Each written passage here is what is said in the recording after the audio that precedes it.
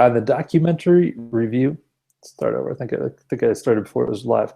This week on the documentary review podcast, Jonathan and I don't have anything jokey to say, are going to look at the 2015 documentary, The Hunting Ground. Welcome to the podcast. I'm PT. Yeah, welcome. I'm Jonathan. Glad you can join us.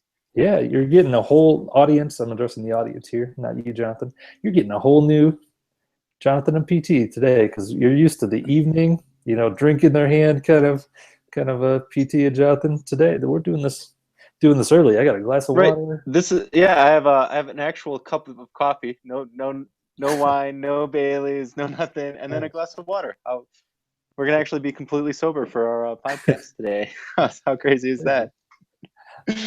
Indeed, crazy, and maybe you'll get a more business-like Jonathan and PT. I don't know.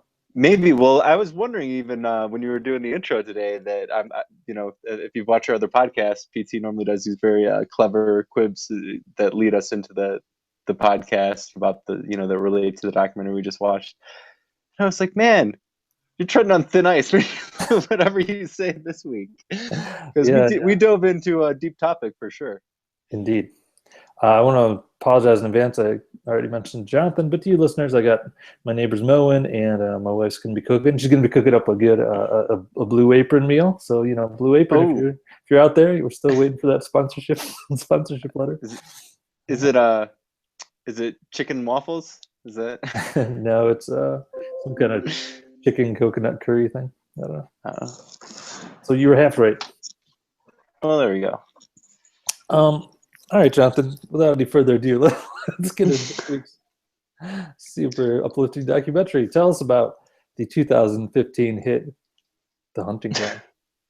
Okay. Feel good hit of the year. So, yeah, the Hunting Ground brings to light according to its creators, the epidemic of sexual assault on college campuses in America. And it takes a very personal look at the stories of a lot of different women, but then on top of that, it dives into the issue of college campuses, the institutions themselves, and the administrative staffs, and their take and potential cover-up, if you will, of these assaults. And it's certainly a documentary that is trying to instigate a movement of dealing with this issue, if you will. And it kind of covers it from a bunch of different angles and sides of where things have kind of fallen off the rails. So that's what you're going to get out of The Hunting Ground. Indeed. Nicely done. What good synopsis, as always. Man, this documentary is making me question our very format, because I want to ask you next, did you like it? Is the normal next question, but pretty sure the answer to did you like it is probably not that enjoyable. But let me kind of twist it a little bit and say, do you think it was a good documentary? I like that question much better, and yes, I did think it was a good documentary. Nice, I did as well. I thought it was it was definitely not an enjoyable watch, but very glad that it got made, stuff like that. I'm glad I watched it.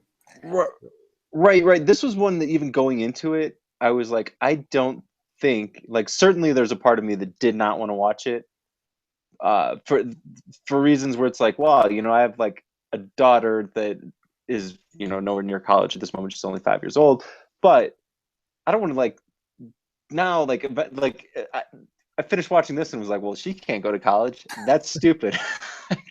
Right. I can't let her go there. It's an awful place. Sure. Yeah, it's funny. I just before, the very day I watched this documentary, I was having a conversation with my daughter about college, and I was like, I was saying she's really smart and everything. I was like, yeah, you can go, you could go anywhere you want, if you work hard, because I was kind of telling her, I think I was pretty smart, but I definitely did not work hard. But if you work hard and stuff, you could go to Harvard, go wherever you want. And then I was about to watch this, and I was like, well, it'll probably just be the party schools they're going to show. So I'll feel fine. Okay, then. But no, Harvard was among them. It's like, dang, why did I recommend Harvard? Right. Harvard all of them seem really bad. I mean, yeah. And yeah. So what's your take on it now? So now you've had, how long ago did you watch the documentary? If you had a couple days Yeah, I watched it maybe Friday or something like that. So it was a while ago. few days ago, Okay. at least. Yeah. Same here. So I'm a little like less freaked out now, even though I really guess you really shouldn't be, but you just, have to. So Right. now like with a couple days to digest it, are you like, hmm, any actual change in game plan? Like any thoughts? Like, what am I going to do with my daughter when she goes off to college? Yeah, I mean, Yeah. I think like, yeah, I have been thinking about that a lot because it's like I think there were definitely patterns in all of like the attacks that they talked about and rapes and stuff like that that you could like clue her into, and just be like, hey, you know, when some like that doesn't cover all the situations, but when they're like, hey, when someone wants you to go off with them, unless you're intending to get down with them, don't do it or whatever. Um, Right. Like I had that same thought. Like my first thoughts were like, well, you could give her some self training and then like some situational training like that, like things to be mindful. And I do still think those are good things. But then like every once in a while, I had to put myself back into college. Like what was college like? What's the actual scenarios that they're going through?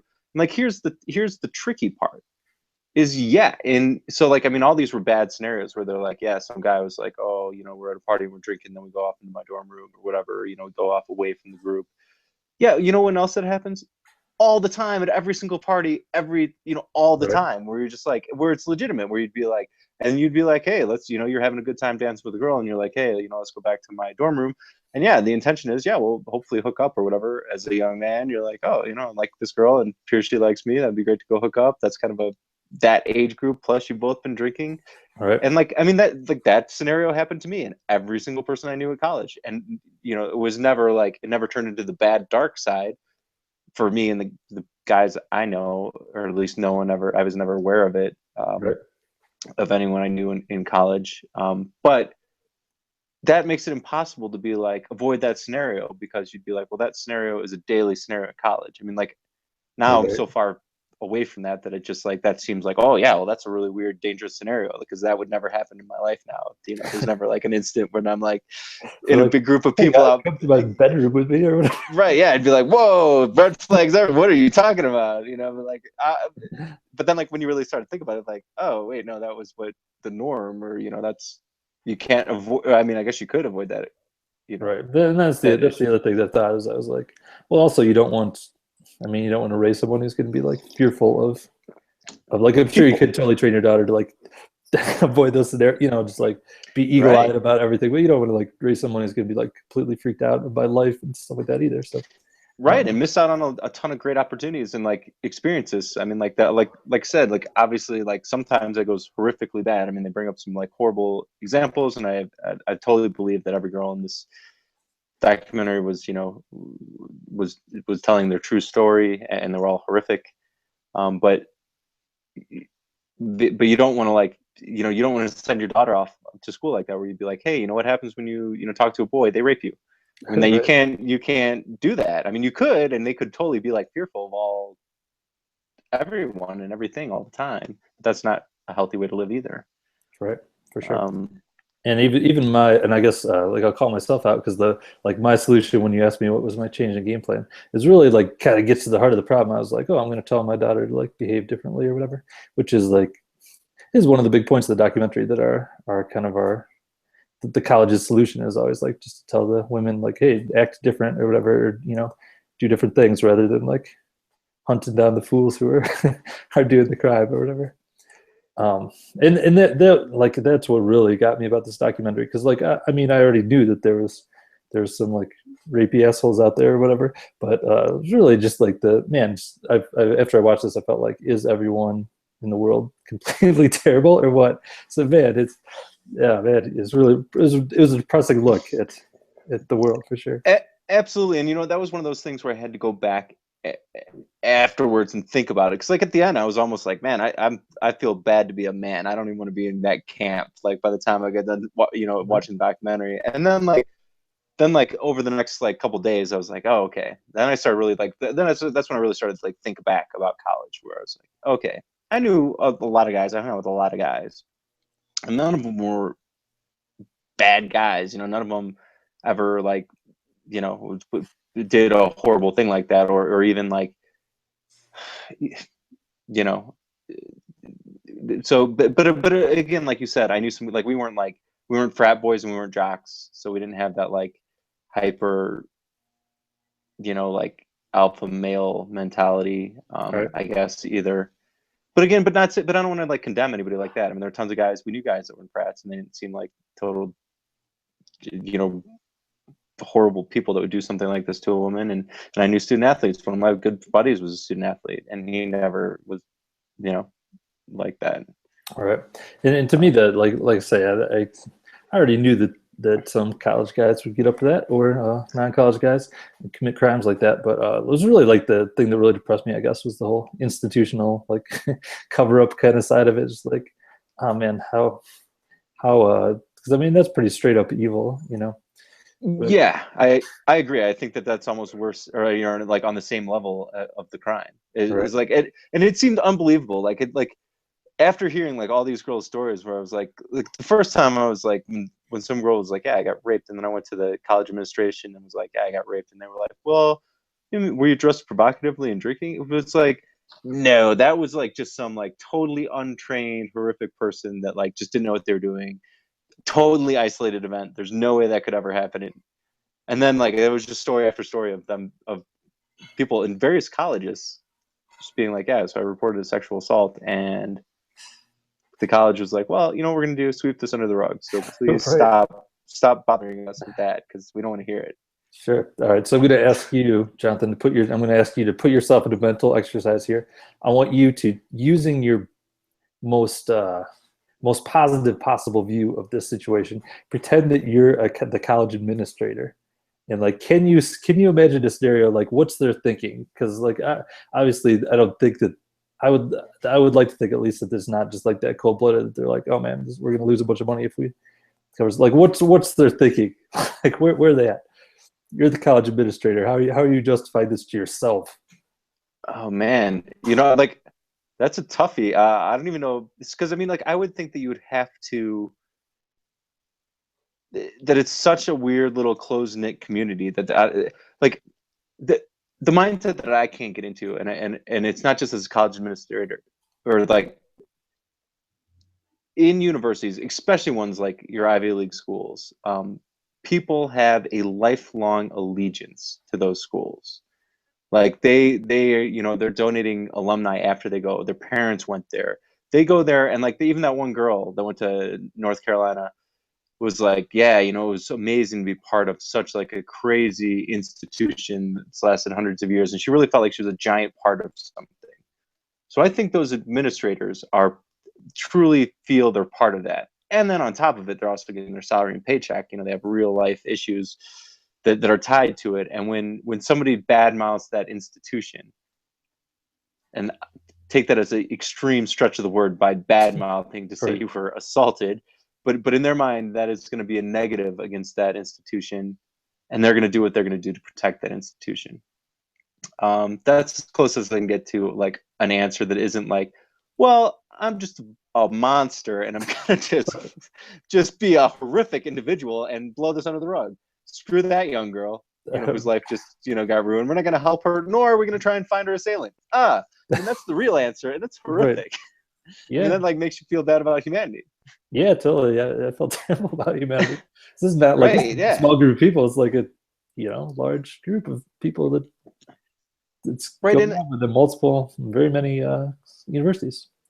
Messed yeah, up. and like for me personally, like I didn't like I went to Western Illinois University State School, and that's where I graduated. Obviously, I went to Concordia first, but then I went to Western Illinois University and graduated. And I didn't feel like, I didn't think like Western Illinois University was particularly different than any other state college. I didn't feel like, I didn't like whatever. I didn't get that experience out of college. I loved college. I had a fantastic time. I learned a lot, but I never had that like go Bulldogs. Yay, I'm Western Illinois University alumni. Anything like that. I can get bumper stickers, buy their stuff in the student store. I was like, it's an okay college. I'm getting a decent education. And the price seems fair. Whatever. That's how I looked at it, and Right. it was. So I don't get all this other stuff, and it's certainly I would never like if someone at Western would have been like, oh, it's just a victim of a crime. I wouldn't be like, well, we need to protect the university. Be like, well, let's get you some help. Go to the police. And that was the other horrific part. Even if they wanted to like throw it, like sweep it under the rug a bit, like, you know, to keep it off those, like, because I get like you don't want like the stat to be broadcast out there, like, you know, you don't want that on like the when people are scouting for their colleges for their kids to be like that stat to be like right up on the front page, homepage of the school. Last year there were 73 sexual assaults, but you should sure as hell have an awesome program in case that does occur. Right. You know what I mean? You should have like a great support system where you're like, okay, if that happens, you know, I'll even throw them a bone. What if they're not the college? Well, except a lot of these times that people knew the assailants. But let's say first, in an example, the girl didn't know the person, so they don't have a name. They're not a detective agency. Maybe they really can't find that person, or they don't have the resources to find them. They sure as shit have the resources to help that young lady. Right. You know what I mean? Help her deal with the psychological impact of it. You know, like if she needs counseling, does she need some time off classes, does she need a support group, do they need a medical office that can make sure that she's okay physically? I mean, like there's a ton of things of support that the school should automatically do for that person. Right.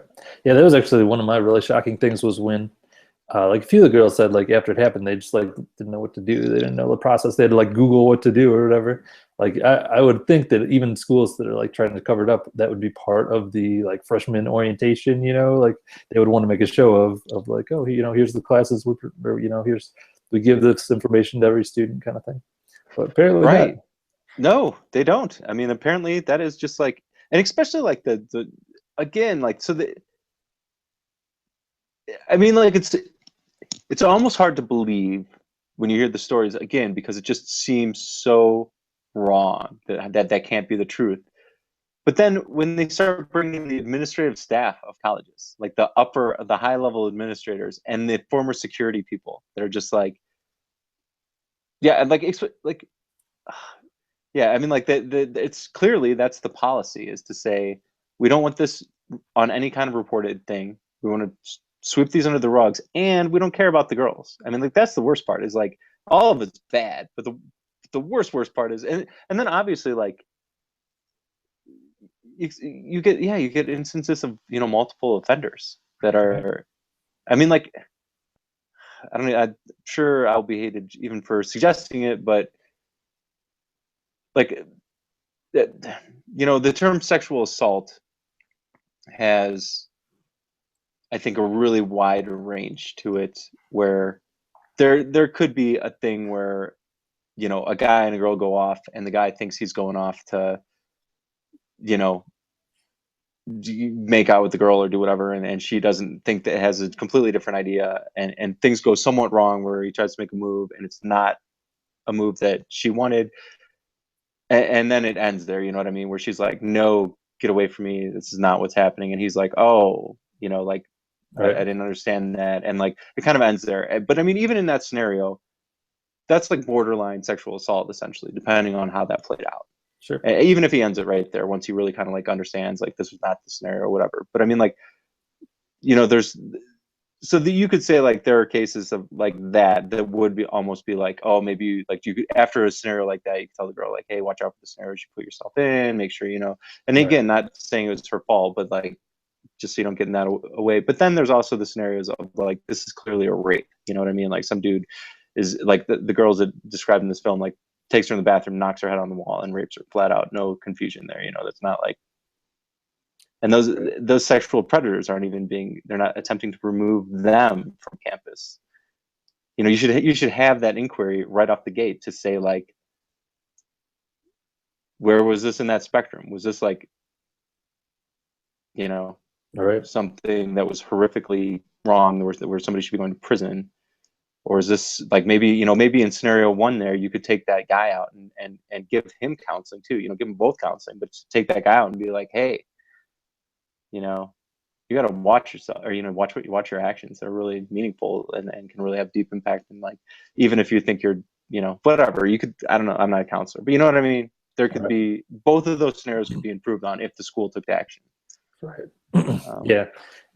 To me, like the one, and then kind of like I guess the headline scenario in this movie is kind of like the last one they show with the football player. whose name I can't remember. What's his name? Jameis Wilson or something like that. Something like that. But anyway, yeah, he's the quarterback of the of the Tampa Bay Buccaneers now. Sideline. I think I might be done with the NFL. I think I've had it with those jerks. You know what I mean? There's too much crap.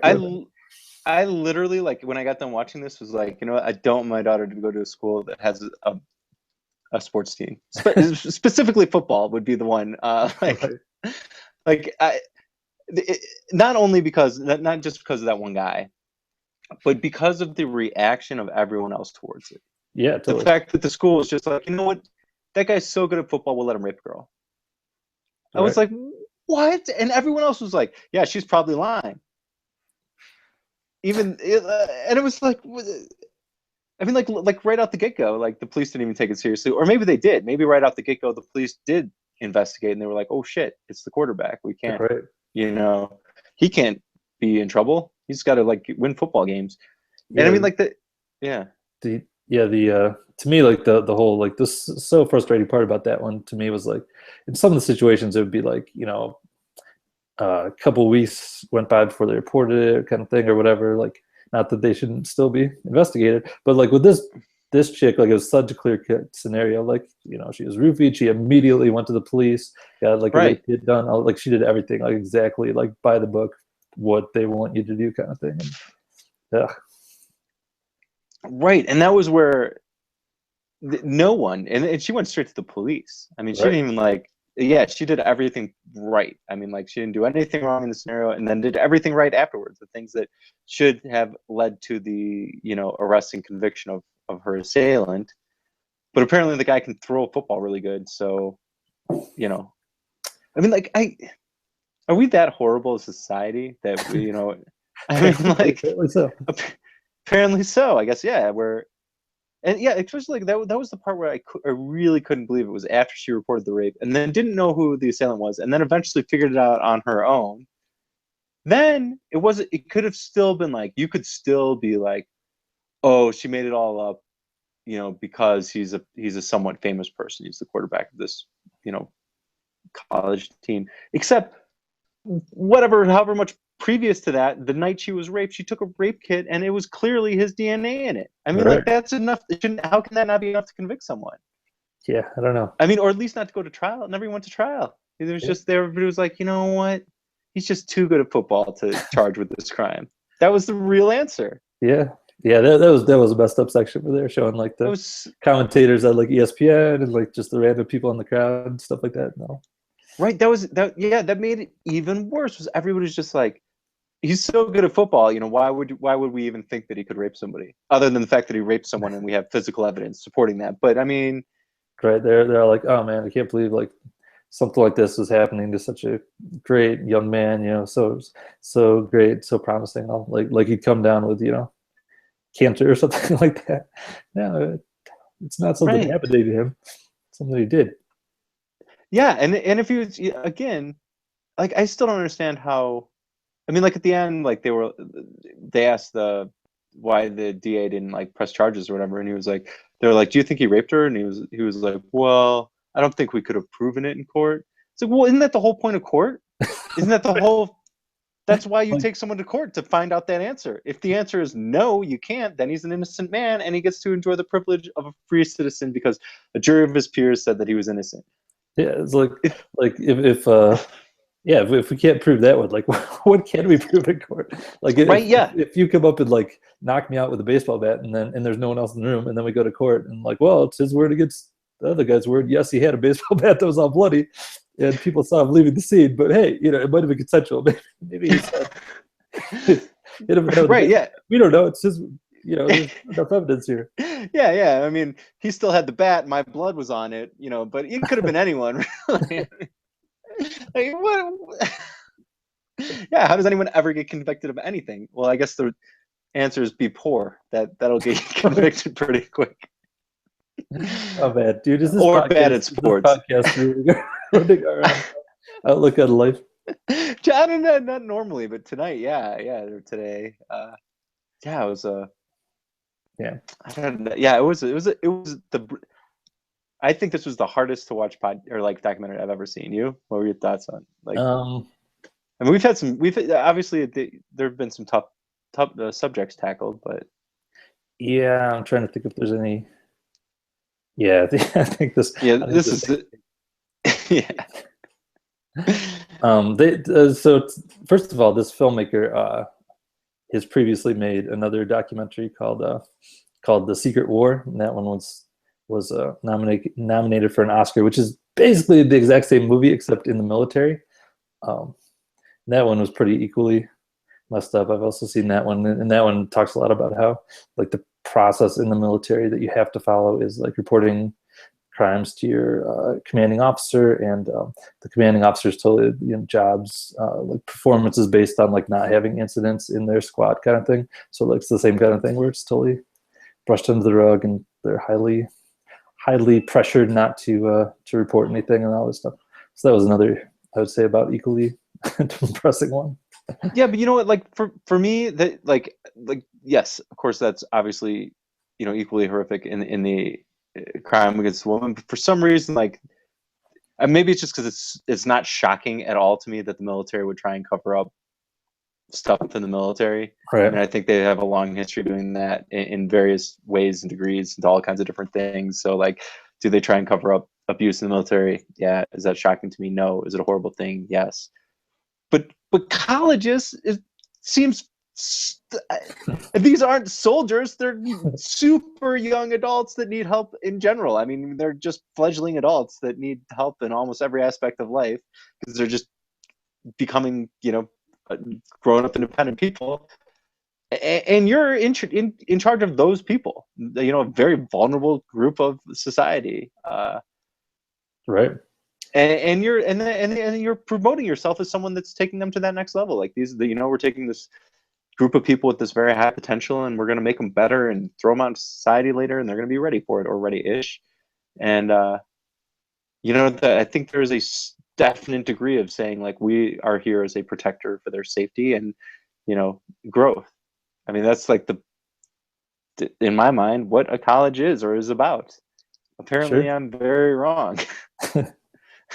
One more, like a scene that really broke my heart, and then maybe we could try to find some positives in life. But the one scene that really broke my heart was when they had that like montage of all the different girls like talking about like how they told their parents, or that they didn't want to tell their parents because they were afraid it would change the way their parents looked at them and stuff like that.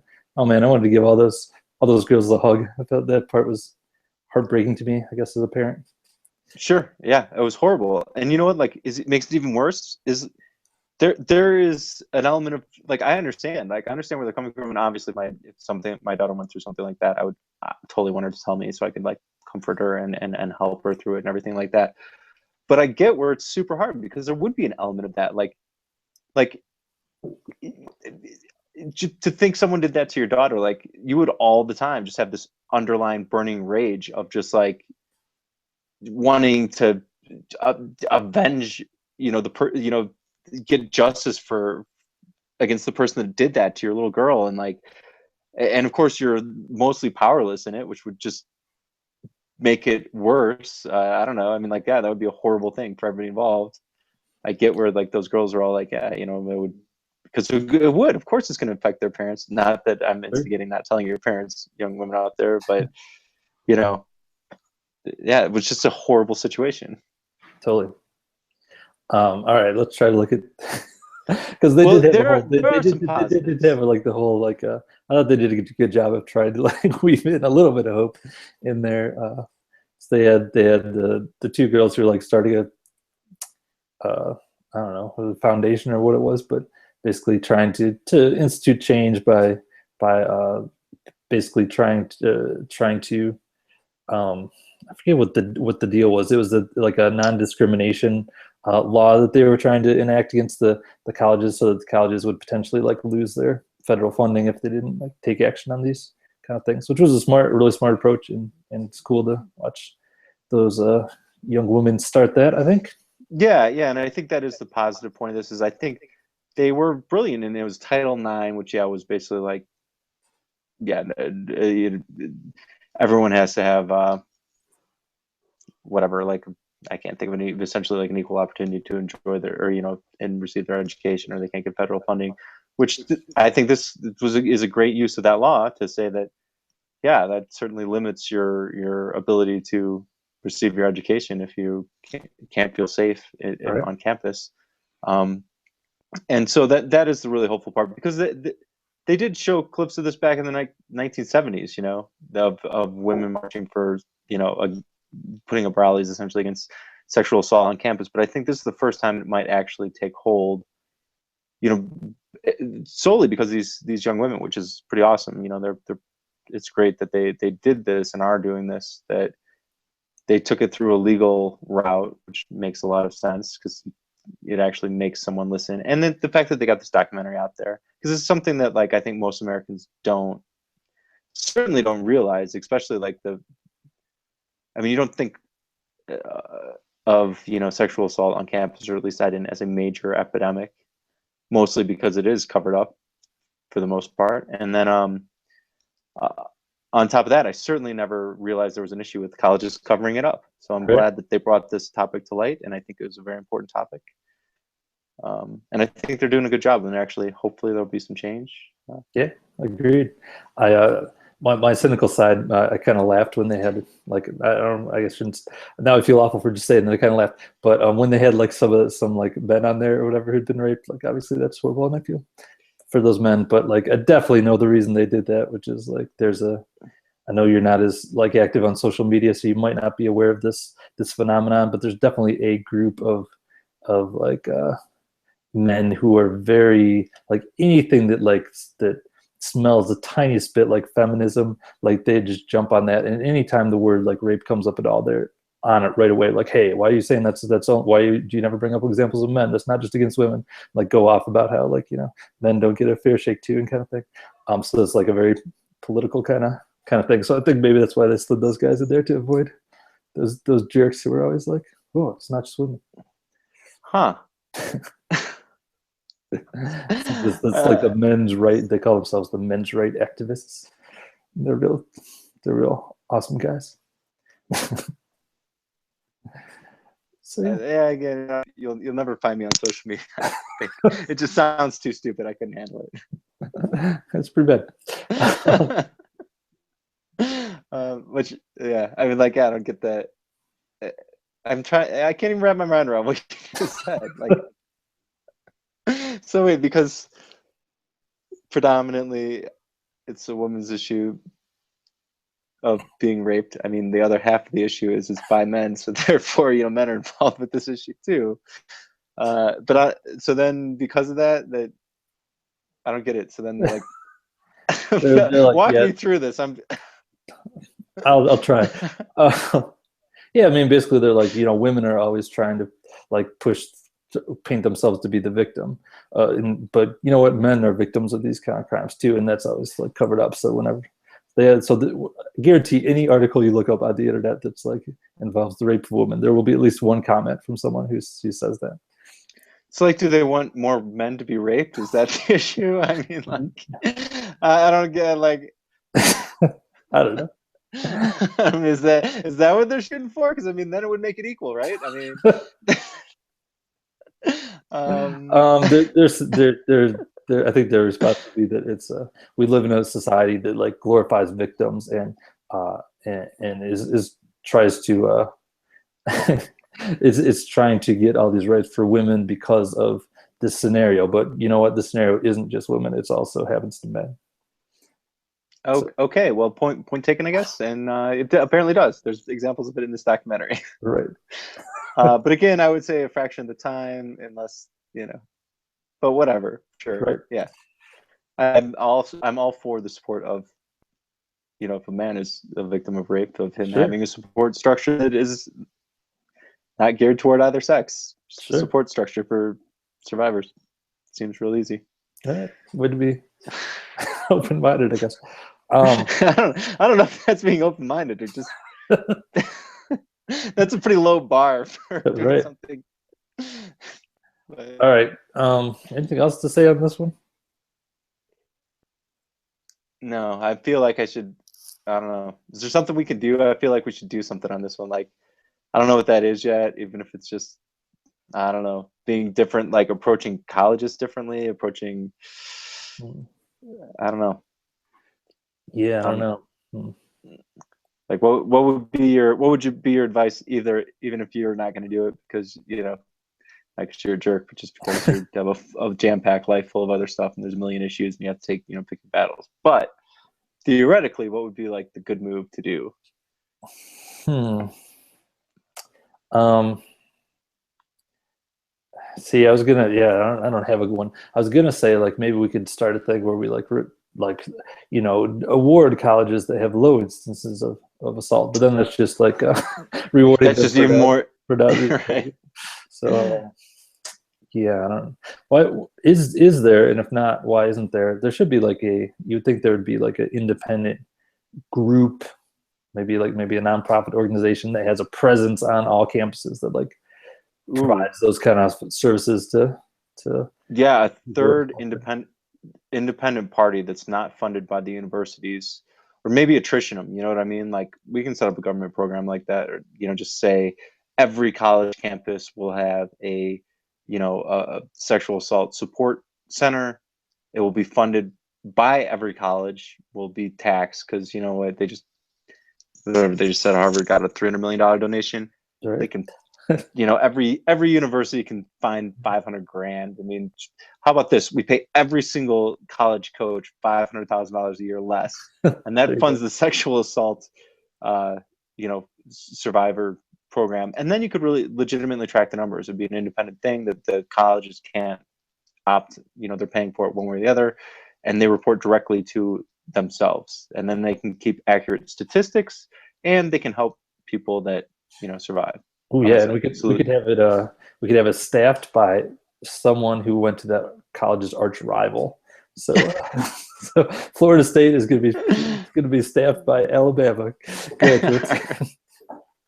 All right, I don't know about the last part, but how about at least a neutral party, All somebody right, that didn't go to that university? fair enough. Fair enough. Uh, All right. there you go. So there's your solution, people. Somebody get on that. Right? I mean, pretty good solution. That's right. Yeah, I like it. All right. I think it's and I have no problem paying college coaches or you know Sure. uh, Make the NFL pay for it. I'm cool with that. shit, yeah, NFL. Just man up, pony up, drop in the bucket for you guys. Yep. All right. Boy, how many stars are you gonna give this bad boy? I'm gonna go 4.5 stars. I don't know. I'm never given 5 stars because I always think there's probably room Mhm. to improve somewhere. But Yeah, I was gonna so go four. I was gonna go 4 stars. One thing we didn't really talk about was like I don't think it was necessarily that greatly made of a documentary. I feel like his other documentary that I mentioned was really well made, and like I felt like this was maybe a little step down in the gotcha. And the actual yeah, the quality of production, and then also just like the way it was put together was at times a little jumbled, I think. But I don't want to take too much off him because I mean, doing great work by making this documentary. So good right, job. absolutely. Four Yeah, stars. cool, good deal. All right, let's head to a little slightly lighter fare. Oh, We're gonna good. we're gonna head to my neck of the woods here. Uh-oh, we Sorry, got my bad. no worse. We got 3 documentaries set in my general area. Two that are Ooh. very close to me, and one that's a little bit farther away, but still in my region. So the first one, this is the one that's a little bit farther away from me, but it's called "The Wild and Wonderful Whites of West Virginia," and this edgy and often hilarious look at a dying breed of American outcasts exposes the corruption, poverty, and West Virginia's environmental and culturally devastating coal mine culture. Now, that might not sound uplifting. Maybe it's a little darker than I thought at first blush, but I think for the most part, we're following around this crazy family, and there are some larger social implications to this family's status. But for the most part, we're following around a really poor, like humorous family in West Virginia. So there you go. But we're moving Okay. much closer to my home for the next two. The second one is the Barclay Marathons. And this was recommended to me by a coworker. I'd never heard of this. This is well, I'll read the description. A grueling contest based on a historic prison break tests the mettle and endurance of athletes taking on a marathon many start, but very few finish. So this is like a crazy ultra marathon kind of thing. And I know we've done an ultra marathon before, but I have watched this, and I will say this is very different and very crazy. And it takes place right in my backyard, and I never knew about it. So really, yeah. So like yeah. So I mean, like when they like read the description there, it was like a crazy marathon. But so it has to be like it's not just a 26.2 mile marathon. no, like obviously there's something special about it. yes, it's Okay. it's 100 miles is one of the things that's special about it. But Okay. another, just to give away one little aspect of it, you can't like just go apply. You have to figure out how to apply. Like that's one of the things you have to figure out your way in. It's like you can't just like go to a website and apply. You have to find out how to get in. And the entrance fee is $1.66, I think. And that's just the tip of the craziness iceberg with this race. All right. Well, now I'm intrigued. Okay. All right. The final one is remote area medical, which I think we've both suggested previously. It's the get an inside look at the 3-day pop-up medical clinic held in Bristol and Tennessee's Bristol Motor Speedway to treat remote patients desperate for care. This one takes place like 1.5 miles, 2 miles from my house. I will give a warning to this one that this is the first time I've seen all 3 documentaries I've recommended. But in this one, if you, it does have a lot of gross dental work being shown. So a lot of pulling gross teeth and stuff like that. Gotcha. So that's my stipulation there. So anyway, we got the Barclay Marathons, remote area medical, or the wild, what was it? The Wild and Wonderful Whites of West Virginia. Huh. Well, let's see. I'm gonna even though now this is the 3rd time I think it's been scratched, I'm gonna scratch remote area medical because it just sounds like the most serious of the 3. Right. And I want a breather after that last documentary. So plus lots of gross tooth stuff. And plus I have an idea that it's gonna be like, then we're gonna have to think about like why aren't we giving better medical attention to rural areas, and there'll be probably all kinds of social implications. So I don't want to think about that. Definitely. That's not this week anyway. So let's go with the Barclay Marathon. You got me intrigued by it. Sounds. I'm just curious about it now. Okay. All right, cool. So we will be watching the Barclay Marathons. That is on Netflix, and check it out, and then join us in trying to figure out how to apply to it. Maybe, I don't know. Oh yeah, there we go. All right. That'll do it for us. Email us if you want to at docreviewpod@gmail.com. We'll talk to you next time. This is PT. Keep it real. This is Jonathan. We'll talk to you next week.